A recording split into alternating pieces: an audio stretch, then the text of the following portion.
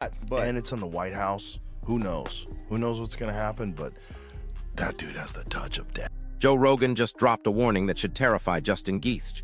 The UFC commentator looked straight into the camera and said something that's making the entire MMA world take notice. Topuria isn't just dangerous because of his size or his record. He's dangerous because he has what Rogan calls a touch of death. And when Joe Rogan says a fighter can end your career with one shot, you better listen. Because this isn't hype. This isn't promotion. This is a veteran of the sport who's seen thousands of fights telling you that Ilia Topuria is about to do something spectacular at the White House card. And honestly, after what I've been digging into, I think Rogan knows something the rest of us are just starting to figure out. God damn that dude. Dude, I love Justin. I'm a fan. I don't like this matchup for him. Well, you know what? I mean, Justin knows what he's getting into, and it's hard to count that dude out. He's such an animal. Yeah, he can land the shot, but... And it's in the White House. Who knows? Who knows what's going to happen? But that dude has the touch of death. Yeah. He has the touch of death. And he's not a big guy. I've never seen him in person, but I was talking to somebody recently, and they said, no, he's 5'7", you know? He's small, man. He's not big. Yeah. I mean, there's a photo of me standing next to him when we did the podcast. We're standing next to him. He's much smaller than me. And, bro, he puts people into the shadow realm. Yeah. It's just technique and confidence. His confidence is crazy. He had a victory party for the Oliveira fight the night before. Drinking wine. I saw. I don't think he was drinking wine. No? I think he was drinking water the night before, but he has drank wine in weigh-ins. Yeah. When he's getting ready to weigh in, or what the weight. But here's where it gets absolutely wild. Rogan didn't stop at the striking. He broke down Topuria's ground game, and what he said should make every lightweight in the division nervous. This guy isn't just a knockout artist. He's a complete destroyer. Rogan pointed to what Topuria did to Bryce Mitchell, a grappler who was supposed to be untouchable on the ground. Topuria didn't just beat him, he dominated him. He made Mitchell look like he'd never rolled a day in his life. And that's the scary part about Topuria that nobody's talking about. Everyone sees the knockouts and thinks he's just another power puncher. Wrong. Dead wrong. This dude will strangle you just as easily as he'll knock you unconscious. Rogan's been around long enough to recognize when someone has that killer instinct, that combination of technique and confidence that separates good fighters from legends. He has it. He has it. He's got it in his mind. He's got it in his technique. His grappling's fun. I watched a video of him grappling with Merab, and he was all over Merab. And that's crazy. That's what they say. His grappling's just as good, if not better, than his stand-up. That's where he started. I've never seen as it. a grappler. I've never seen him grapple, though. Well, he finished Bryce Mitchell on the ground, and he's finished a few people on the ground. He does clearly have phenomenal submission ability. Now get this, Topuria himself just sent a message to Gaethje that's got everyone talking. But it wasn't trash talk. It wasn't the usual MMA hype machine garbage. It was something way more chilling. Topuria looked into the camera and said, "Justin, see you at the White House. I'm not someone who humiliates people. It will be quick. When you wake up, everything will already be over." Think about that for a second. This isn't a guy trying to sell pay-per-views with fake drama. This is a stone-cold prediction from someone who genuinely believes he's going to put Gaethje to sleep. And based on what he's done to every other opponent, why wouldn't he believe it? The confidence isn't arrogance. It's pattern recognition. Topuria has finished everyone they've put in front of him, and he's doing it with surgical precision. Ilia Topuria on the White House. Has to be. Has to be. No other option. Hell yeah. Let's go. Walking out of the Oval Office, into the cage, wearing the flag. Entertaining. I think we're going to main event it. I think we'll be the main event. Boom. Let's go. Once in a lifetime. I'm totally guessing throwing shit against the wall right now. Yeah. Universe. But I mean, what else? You know what I think will probably happen? You know what I think will probably happen? Let's see it. I think there'll be headline. You'll be one of them, so that they can say, like, the man who's never had a bad fight, definitely here. So that's a draw. Yeah. And then they put whatever else on there. So I think co-main event. I think for sure. Co-main. Who's main? I don't know. I think it'll be a huge. I think it'll be big name thing. McGregor's been tossed around. Yeah, that's what I'm saying. For that fight. Yeah, I know it's past the time, but name-wise, right, I think that is. If it's McGregor, then McGregor's gonna fight me, and we'll be main event anyway. There you go. Okay. Yeah. Okay. Never had a bad fight. Okay. Yeah, it would be if Ilia didn't come back, they would strip him. I'd become the undisputed, and then McGregor gets to fight whoever he wants. So I guess that would. Here's the kicker, though. While Topuria is making these calm, calculated statements, Gaethje's talking like this is his moment. He's calling this clash the defining moment of the White House card, the main highlight that everyone will remember. And you know what? He might be right, but not for the reasons he thinks. Because Jorge Masvidal just dropped some truth that nobody wants to hear. Masvidal, who's been in there with killers and knows what elite looks like, said this fight could be career-defining for Gaethje. And not in a good way. He's predicting that Topuria's skill and precision will leave Gaethje not just physically damaged, but mentally broken. That's the kind of statement that cuts through all the promotional nonsense and hits you with reality. He didn't look bad in the fight, but he also didn't look phenomenal. I enjoyed the fight. You know, as far as technique, it was more of like kind of a bar type fight. But I mean, Gaethje dropped him like so many times. Yeah, it was crazy. And I enjoyed watching that fight. That was really good. I think Ilia does Gaethje even worse, you know.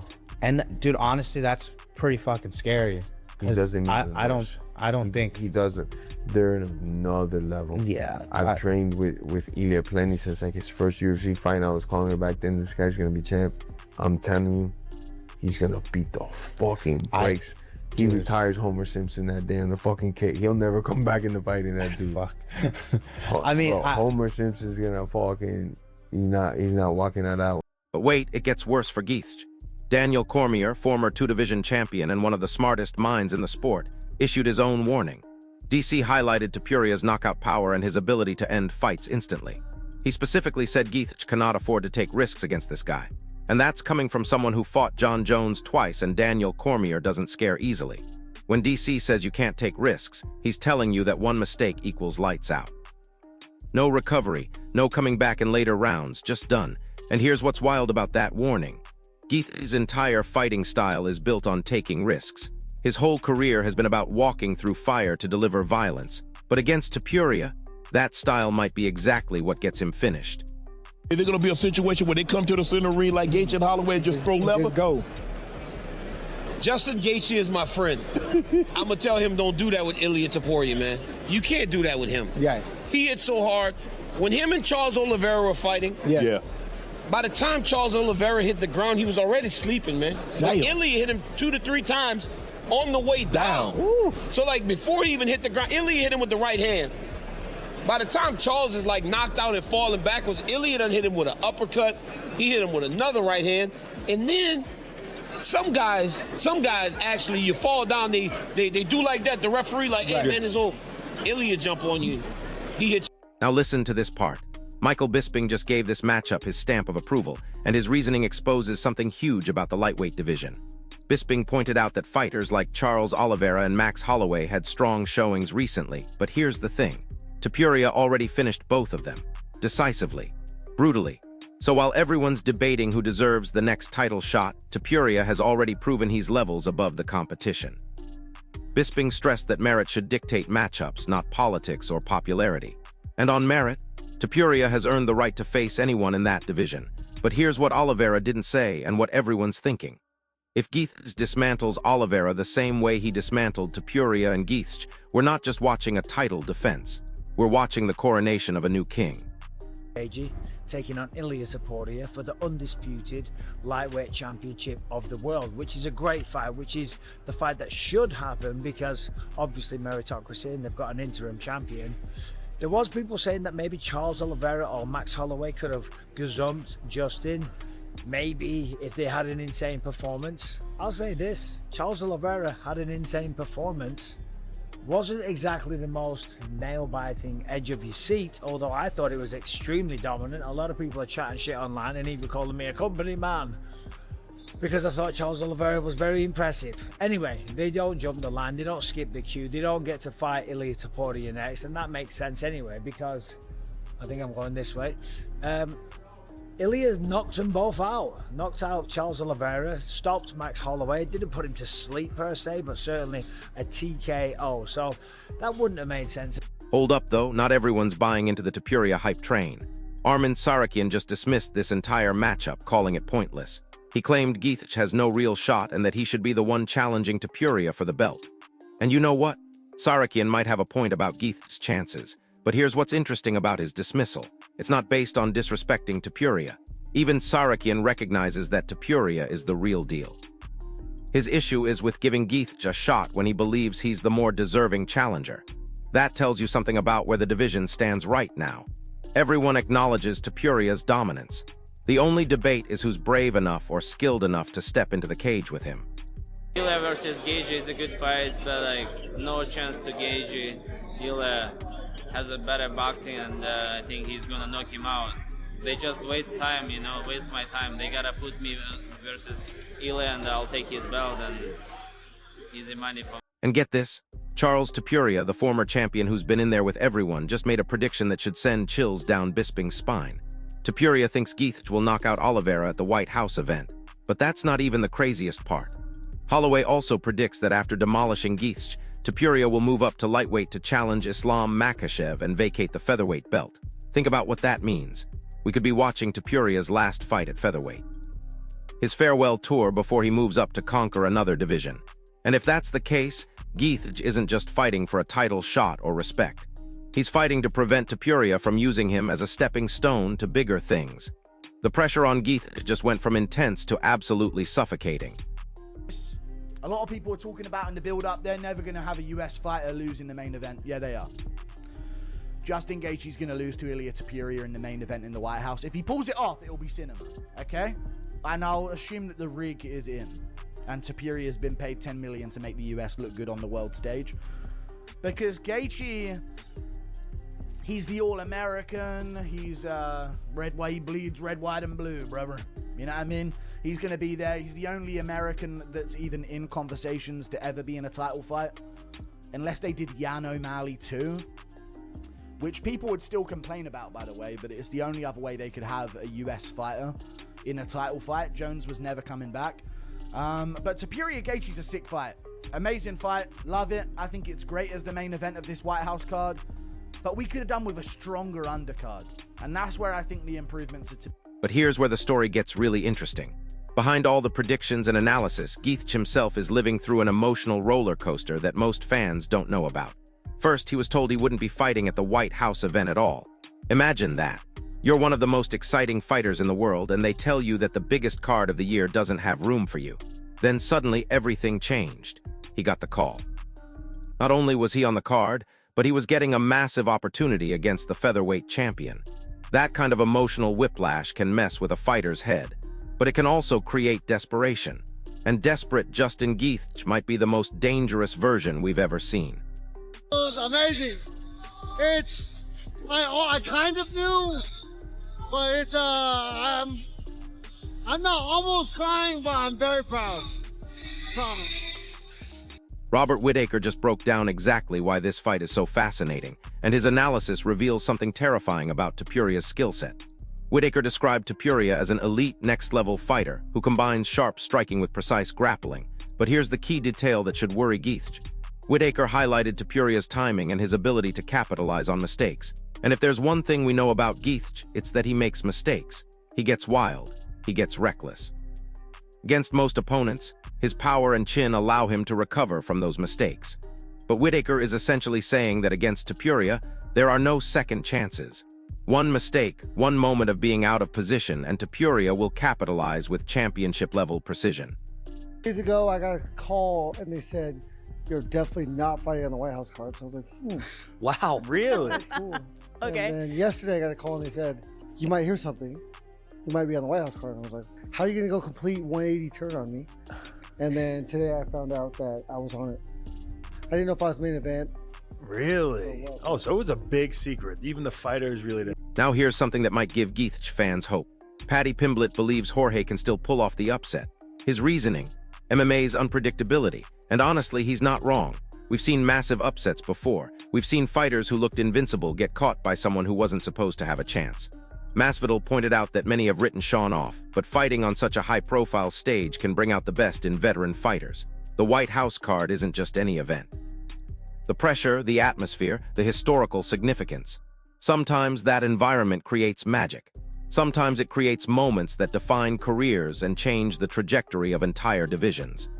With how crazy this game is, how big of a fan I am, how many unpredictable things have happened. I can absolutely knock Ilia Topuria out on the White House lawn. How do you know that?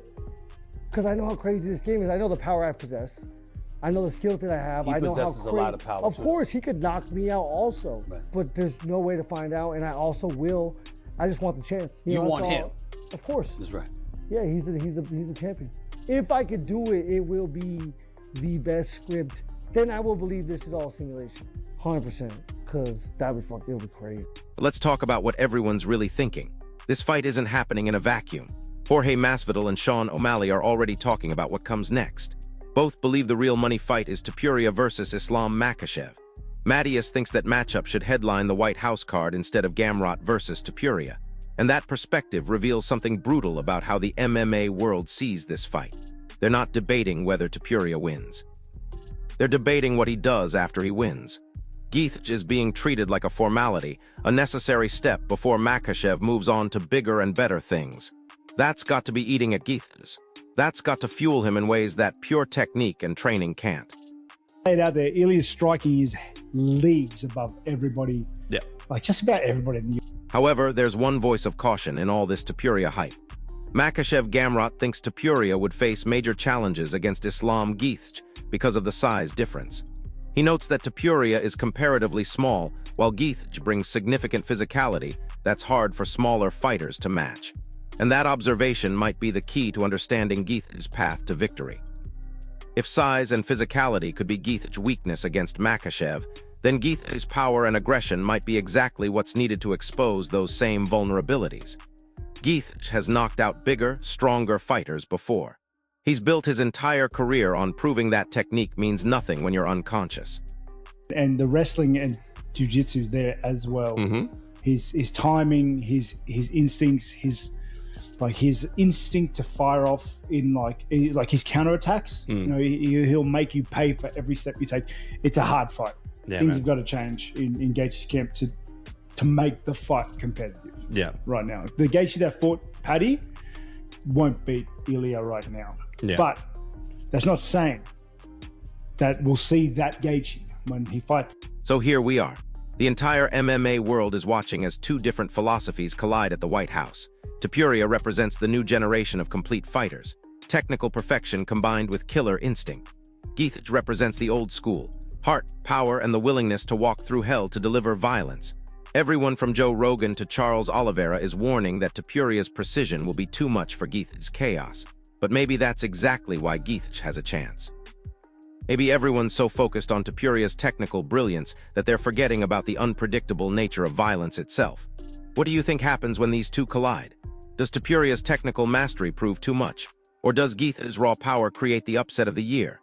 Drop your predictions in the comments. Smash that like button if this breakdown opened your eyes to what's really at stake. And subscribe because this White House card is going to be absolutely insane. I'll see you in the next one.